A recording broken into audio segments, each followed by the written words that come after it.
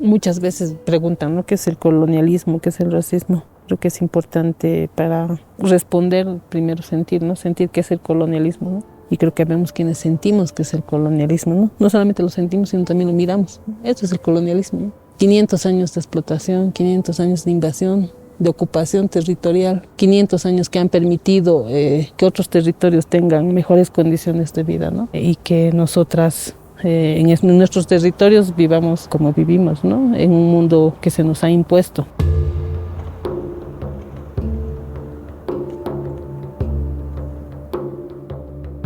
Cuando uno se plantea en términos anticoloniales, es importante mirar también el impacto del sistema en nuestros cuerpos, ¿no? Cuando nosotros decimos que el colonialismo es una herramienta del patriarcado, es importante, ¿no? Porque es reconocerlo como parte de ese sistema de opresiones que nos somete, ¿no? ¿Dónde se sostiene, no? Es en el racismo, en creer que hay gente que vale más, gente que vale menos, ¿no? Y que en estos territorios nosotros, nuestras vidas no valgan nada. Porque esto que estamos viendo, la contaminación, el extractivismo, está sosteniendo condiciones de vida distintas en otros territorios como en Europa, que tienen beneficios sociales, trabajan menos horas de trabajo, pueden tener vacaciones, ¿no? En cambio aquí, día que pasa, se desvaloriza más nuestra vida. Entonces las condiciones laborales son jodidas, ¿no? Ahí en un lugar tan jodido como es esta Mama Potosí, que está tan perforada por dentro que se hunde todo el tiempo y en su agonía se lleva a muchos de nuestros padres, tíos, hermanos, ¿no? A mí me parece importante, como siempre hemos dicho, que las palabras son herramientas de lucha, ¿no? Entonces, tener certeza sobre lo que es el colonialismo partiendo de nuestros cuerpos, ¿no? Esta imposición, este saqueo, el saqueo de la Mama Potosí, el saqueo de nuestras abuelas, de los cuerpos, de los territorios, ¿no? Eso es pues el colonialismo, es imposición. Para saquear, ¿qué tienes que imponer? Pues, ¿no? Para saquear tienes que hacerle creer a las personas que nada de lo que hay ahí sirve, ¿no? Entonces así puedes saquear, imponer tu religión, todo, ¿no? Entonces, por esas cosas también, por sentir en el cuerpo el colonialismo, el racismo en Bolivia, en esta construcción de lo que ha sido la república, después el Estado plurinacional, ¿no? Por todo ese proceso político que hemos vivido, cuando lo hemos sacado el 2003 al Goni en la masacre del gas, por ejemplo. Ahí en ese contexto político ha sido que nos hemos definido feministas, ¿no? Que hemos construido, que hemos parido el feminismo comunitario y después antipatriarcal, ¿no?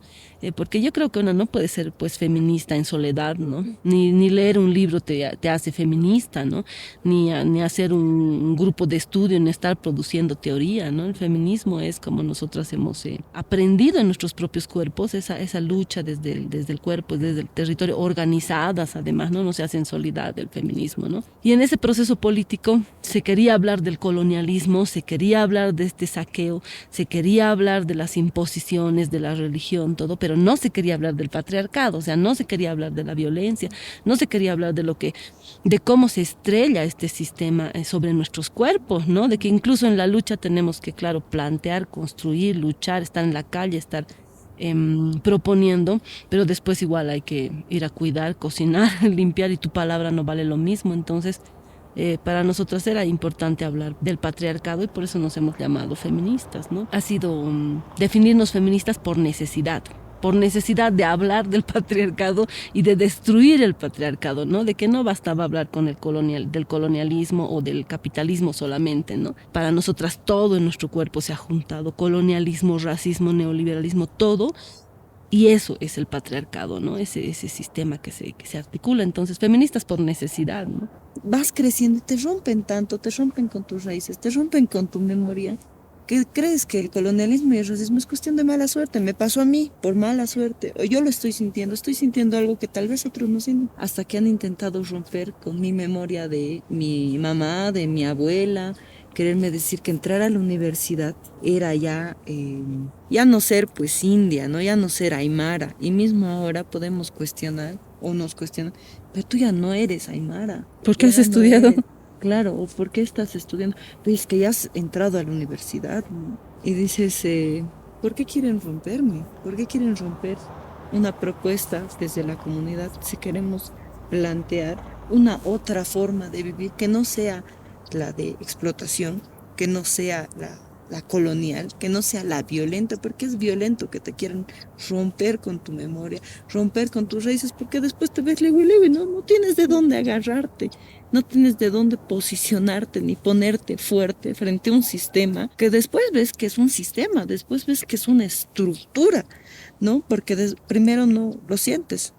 ¿Por qué feministas comunitarias antipatriarcales, no? Porque es una posición frente al patriarcado, ¿no? No puedes hablar del sistema si no vives en tu cuerpo el impacto de ese sistema. Creemos que es importante, es urgente posicionarnos desde el cuerpo, ¿no? Frente a la violencia, frente a las complicidades con el sistema, frente a las lógicas caudilistas que acumulan el poder en una sola persona. Ya nosotras originarias de este territorio hemos heredado también la memoria del autogobierno de nuestro pueblo, ¿no? Y entendemos que no es de una lógica caudilista, acumulación del poder, es como los curajmayos nos dicen, nos orientan, ¿no? El poder se queda en la comunidad para gestionar la vida. Lo que se va es el mandato con la autoridad y el poder sigue con nosotras y con nosotros. Creemos que es importante apostar en eso, ¿no? Y eso es parte de lo antipatriarcal. El feminismo comunitario antipatriarcal viene de eso, ¿no? De la necesidad de ser feministas para discutir sobre el patriarcado, de la necesidad de tener un feminismo con propuesta, ¿no? Y la propuesta es la comunidad, además con la certeza de que la comunidad existe. Es posible vivir de otra forma que no sea el capitalismo individualista, racista, ¿no? De consumismo. Es posible, existe otra forma de vida, ¿no? No es una utopía, yo creo que esa es una diferencia también, ¿no? En términos de propuestas, sueños. Y antipatriarcal por eso, ¿no? Por lo que decías, Jimé, la coherencia ética, ¿no? De realmente querer destruir el sistema, no solamente querer una partecita, sino querer que se destruya un sistema de opresión, de explotación, ¿no? Y ahí creo que es importante reconocer que hay un feminismo hegemónico, ¿no? Que si bien se plantea que es un feminismo blanco hegemónico, y yo no sé si que es blanco es lo de menos, porque sí, claro, es un ejercicio de poder, ¿no? La blanquitud como un ejercicio de poder, de privilegios, porque es un feminismo construido en Europa, ¿no?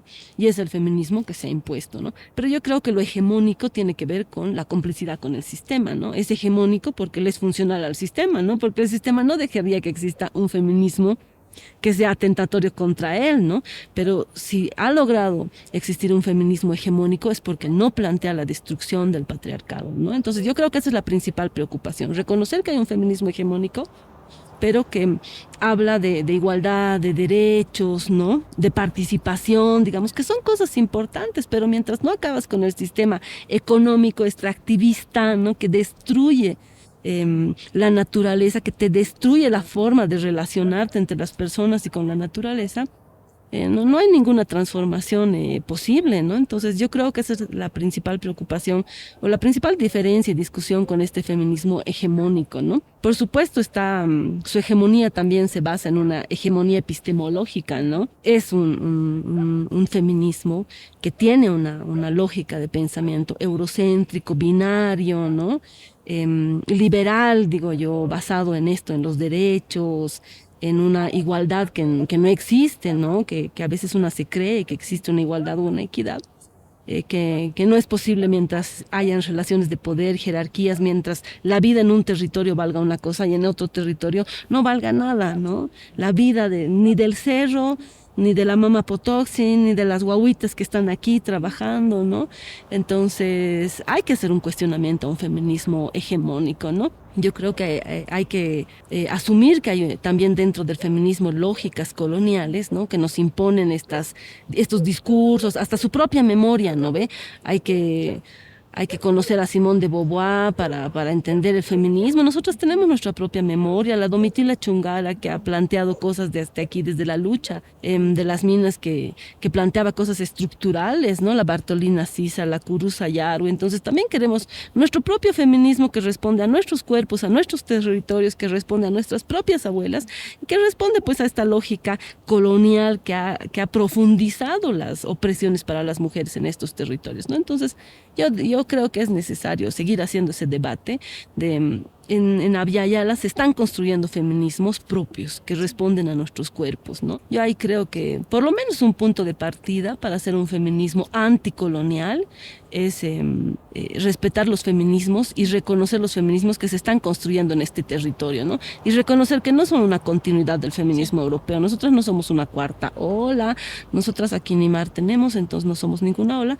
Nosotras no somos una continuidad de ese feminismo que responde pues a otras condiciones de vida, como vos decías, ¿no, Jimé? Que tienen gracias a la explotación, al saqueo de nuestros territorios también, ¿no? Entonces yo no sé exactamente cómo sería un feminismo anticolonial, pero por lo menos que sea un feminismo que mire que hay otros, ¿no? Que se cuestione este feminismo hegemónico, ¿no? Que se cuestione las lógicas eurocéntricas y vinculadas a las luchas de los pueblos, ¿no? Esa idea de, bueno, ellas son feministas y las otras son indígenas y las otras son víctimas de violencia, esa lógica es una lógica sectaria, ¿no? Funcional a la fragmentación de las luchas, ¿no? Nosotras somos feministas, somos indias, queremos la comunidad, queremos que se acabe el extractivismo, queremos que se acabe el colonialismo, ¿no? Entonces, queremos realmente, no queremos jugar a una revolución, nosotras queremos acabar con el patriarcado, ¿no? Y ahorita, ¿no? No de aquí a 200 años, ¿no?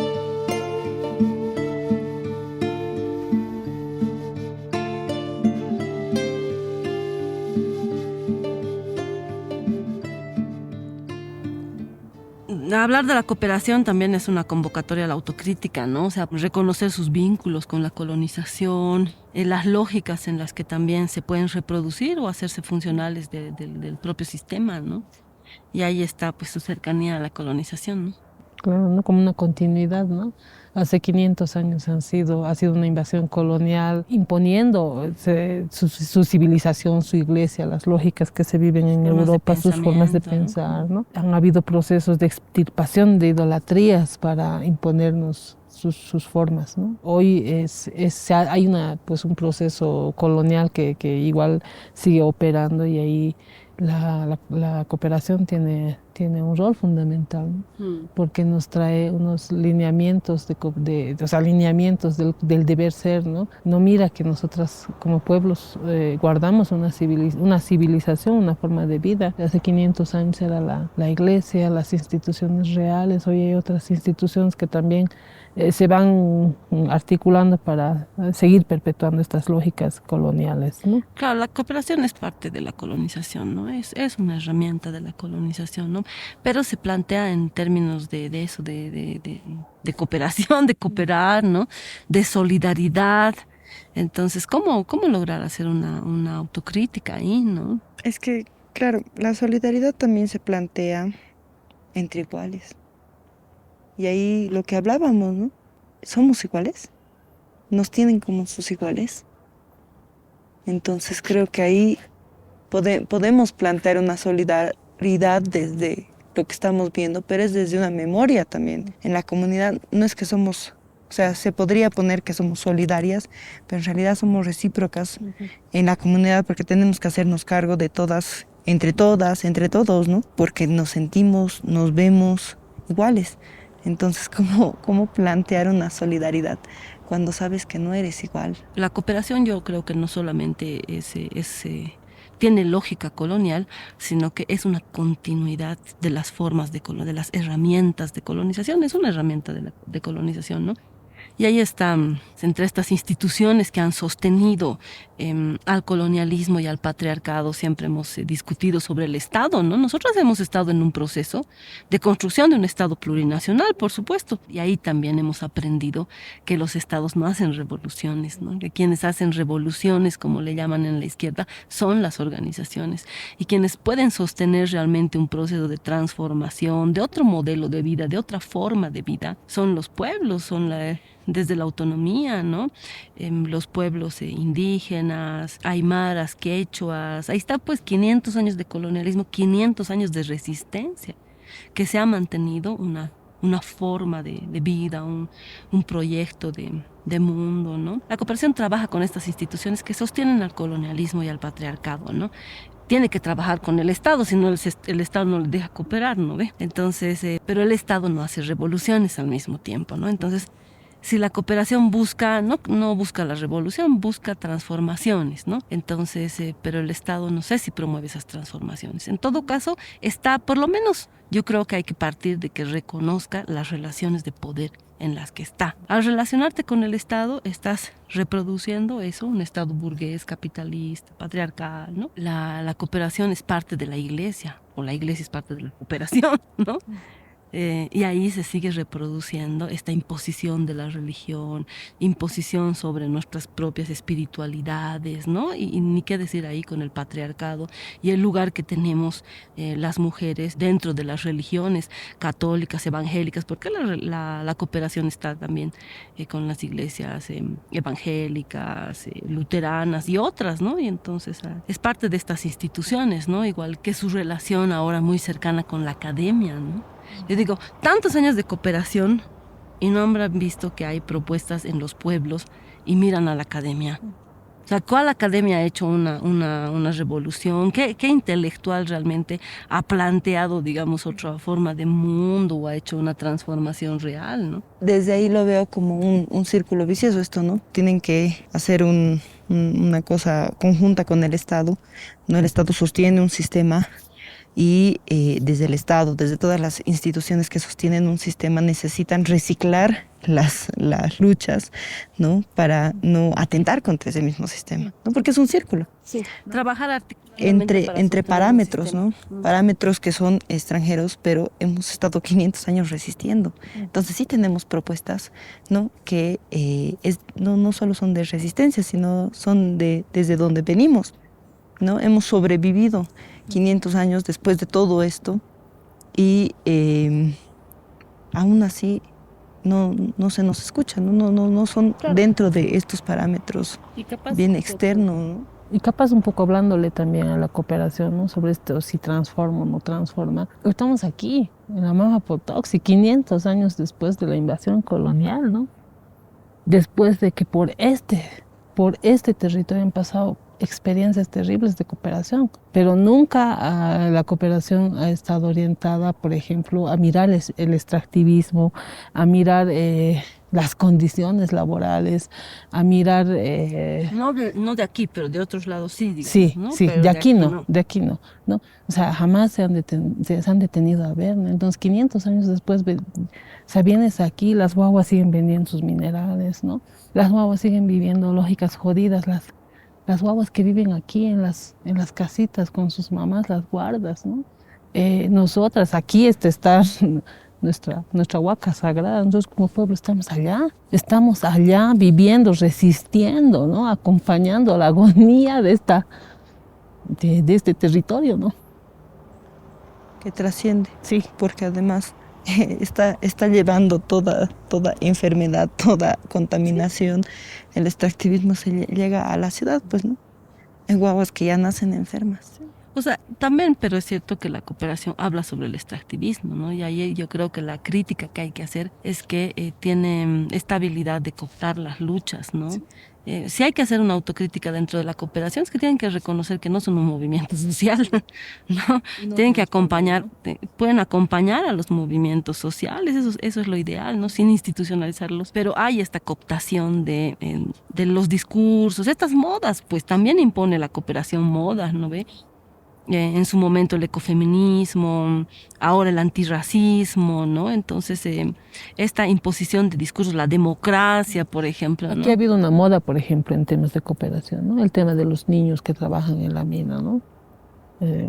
No sé cuántos años después de eso, seguimos viendo guaguas entrando a la mina. En el caso de las mujeres, ¿no? La democracia, la participación política, eso no es posible si no transformas realmente el sistema, ¿no? Entonces, aquí hablamos de participación política en el mundo, no solo en Bolivia, ¿no? Participación política de las mujeres, el sistema patriarcal se profundiza con mujeres a la cabeza muchas veces, ¿no? Entonces no es biológico, es político, ya no nos alcanza la participación, decíamos siempre, ¿no ve? Y no queremos participación, queremos decisión, ¿no? Estos discursos de empoderamiento, ¿no? Que difunde la cooperación del liderazgo juvenil, ¿no?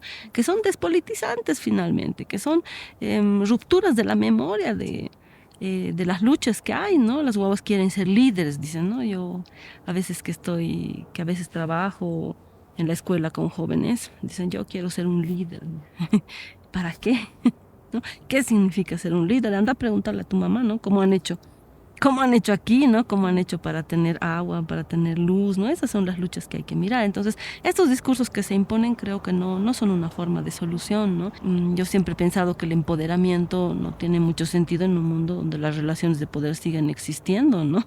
Yo, ¿cómo puedo empoderarme si el mundo sigue siendo patriarcal? Hay lógicas de dominación sobre mi cuerpo, dominación de la sexualidad, colonización de la sexualidad, ¿no? Aunque la cooperación hoy hable de un discurso de la diversidad sexual, no es un discurso que está planteando la sexualidad como forma de destrucción del sistema patriarcal, ¿no? O sea, no reproducir las lógicas heterosexuales, ¿no?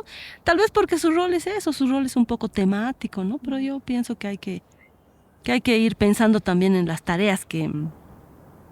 La autocrítica, las tareas y la reparación.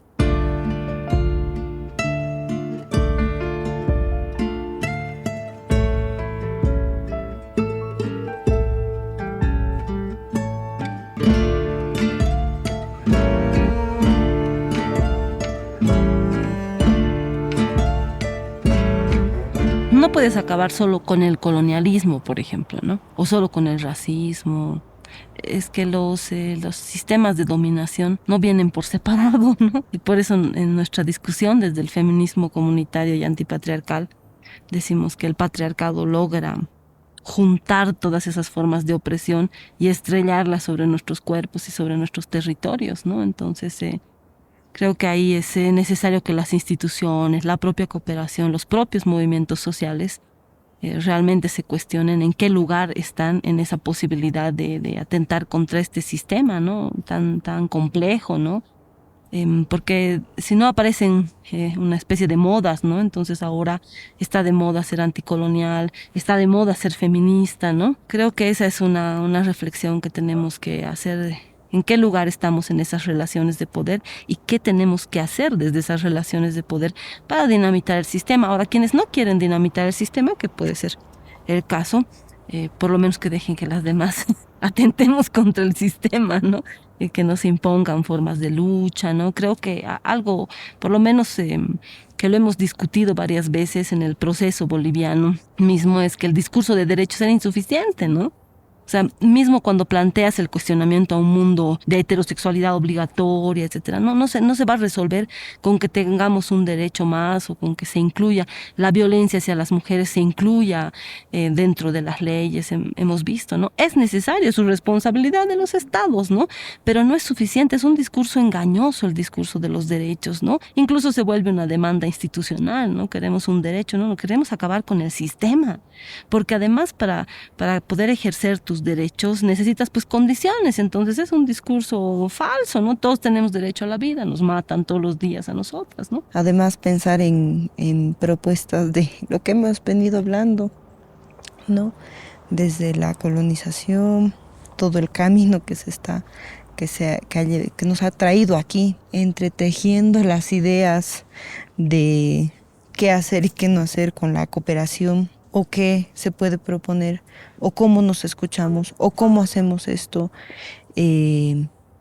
una solidaridad transnacional, o por lo menos una reparación, ¿no? Ya una reparación la cooperación como una reparación entre estados, como un acompañamiento a los pueblos, creo que ya es descolonizar, porque no solamente que se quede en palabras y que se quede en conceptos, ¿no? Que sean acciones. O sea, que la propia cooperación reconozca, ¿no? Sus actos como... La autocrítica que decías, ¿no? Como política de reparación, puede ser un acto de descolonización. Y para nosotras como organizaciones y movimientos sociales también, ¿no? La dignidad, que es lo que nos han enseñado nuestras abuelas, ¿no? Hay cosas que parten de la autonomía, la autodeterminación, no necesitas de instituciones para que realmente se pueda resistir como lo hemos hecho, ¿no? Ahora, evidentemente existen, pero como nos relacionamos, una de las propuestas es, creo, asumir la autocrítica y son políticas de reparación, ¿no? Eso es importante, ¿no? Porque cuando planteamos el tema de las políticas de reparación es pues esto, ¿no? Hemos caminado por el cerro, ¿no? Hemos visto 500 años de invasión colonial, ¿no? Y dentro de esos 500 un camino de la cooperación, ¿no? Que no ha logrado terminar con con todo lo que nos ha dejado en estos 500 años, ¿no? Entonces, la reparación implica, pues, cómo se genera, se gestiona esa plata para capaz no volver a como estábamos antes, pero por lo menos a ayudarnos a luchar con dignidad, a recuperar desde nuestro pueblo lo que nosotras queremos, soñamos, ¿no?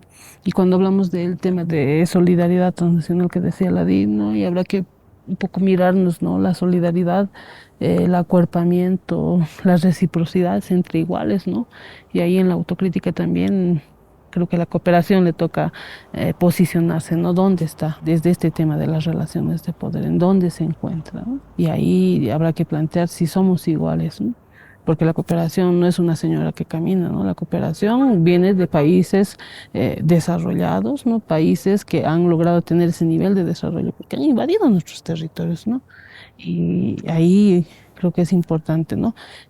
Mirar eso de las relaciones de poder y las relaciones entre territorios, qué tipo de relaciones tenemos, y a partir de ahí se tendrá que plantear, pues, ¿no? Eso, ¿no? O sea, la cooperación no va a cambiar las cosas, ¿no?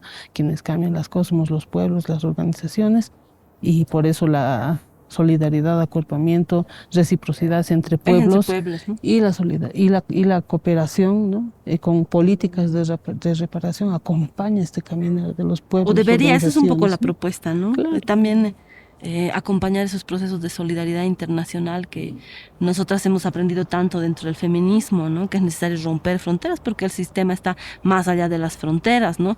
No son acciones localizadas o solamente en Bolivia, no vamos a acabar con el patriarcado solamente en Bolivia o solamente en Guatemala, ¿no? Esas son, yo creo, propuestas, ¿no?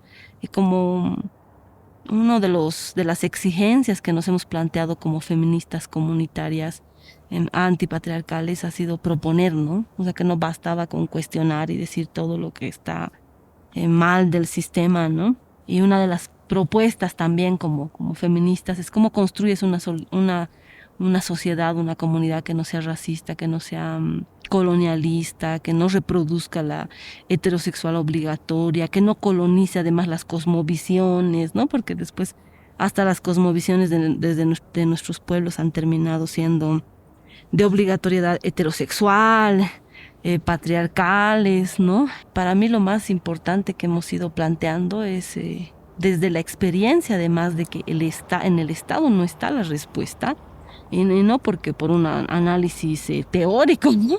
Sino por 13 años de experiencia de lo que ha pasado en Bolivia, ¿no? Transformaciones importantes, pero que nos han permitido entender que el Estado no lo resuelve todo. Creo que lo fundamental como propuesta de mundo es fortalecer y profundizar, ¿no? La autonomía y autodeterminación de los pueblos, el vivir bien este otro proyecto de mundo que lo fundamental es que te exige la no acumulación, ¿no? Porque si no, no podemos transformar el mundo si seguimos explotándolo todos con nuestros privilegios y comodidades, ¿no? Entonces, ¿quiénes tienen una propuesta ahí clara? Es desde la memoria a los pueblos indígenas, ¿no? Para mí, la propuesta frente al Estado, frente a la institucionalización de los movimientos, frente a las lógicas y discursos que pueden ser coloniales, es la autonomía, la autodeterminación de los pueblos, ¿no? En esa organización y desde la comunidad, que es esa organización, tenemos la sabiduría para definir si queremos hacer esto, si queremos, cómo nos vamos a posicionar ante el Estado, ¿no? Las mismas reflexiones sobre la imposición de la heterosexualidad están en las comunidades, ¿no? No era necesario que venga un discurso desde fuera a contarnos que existen las personas que no son heterosexuales, ¿no? Hay una memoria ancestral sobre eso, ¿no? Hay una memoria de no racismo también en la comunidad, por respeto, y no solo entre personas, ¿no? Entre todos los seres. Cómo volver a mirar a la mama Potoxi sin mirarla como para sacarle las entrañas, ¿no? Cuánto de plata se le va a sacar, ¿no? Cómo poder volver a mirarnos con las illas y con los cerros, con esa responsabilidad política con la vida. Yo creo que es parte de una propuesta, ¿no? De construir eso, de fortalecer la autonomía, la autodeterminación, ¿no? De no asumir que la solución está en el Estado, en la política pública o en la academia, ¿no? Seguro que podrán aportar, ¿no? Pero quienes tienen la sabiduría para decidir son quienes están organizados en los territorios, los pueblos, desde su memoria, desde sus propios cuerpos, ¿no? Y eso que decías, no solamente es posible, sino que es necesario. Es necesario. Y es responsabilidad también, ¿no? Sí, sí. Desde estos territorios, desde nosotras feministas y quienes nos nombramos desde el feminismo, es urgente construir un feminismo distinto, capaz de articularse, capaz de posicionarse frente al patriarcado, porque si, finalmente él es el enemigo de la humanidad, el enemigo de la Pachamama, del territorio donde habitamos, ¿no? Es urgente, ¿no? Sí, no creo que tenga que haber un solo enfoque feminista, más bien lo que no tiene que haber es un feminismo hegemónico, sino que responde a cada territorio, a cada cuerpo y que puede hacer que nos encontremos, ¿no?, frente al patriarcado. Urgente, importante y responsable. Posible, urgente y posible. Parte de la responsabilidad con la vida frente a un sistema de muerte. Sí. Al centro de un laberinto permanezco adolorido, con lágrimas de metal que han surcado mis mejillas, desparramando en mi boca un veneno de derrota.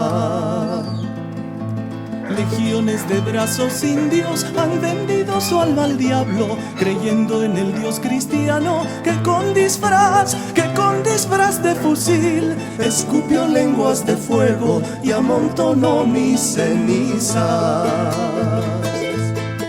Deje penetrar mis tripas y acepte como intercambio tanta sangre derramada que el inmenso cielo azul colorado se volvió por el reflejo del río.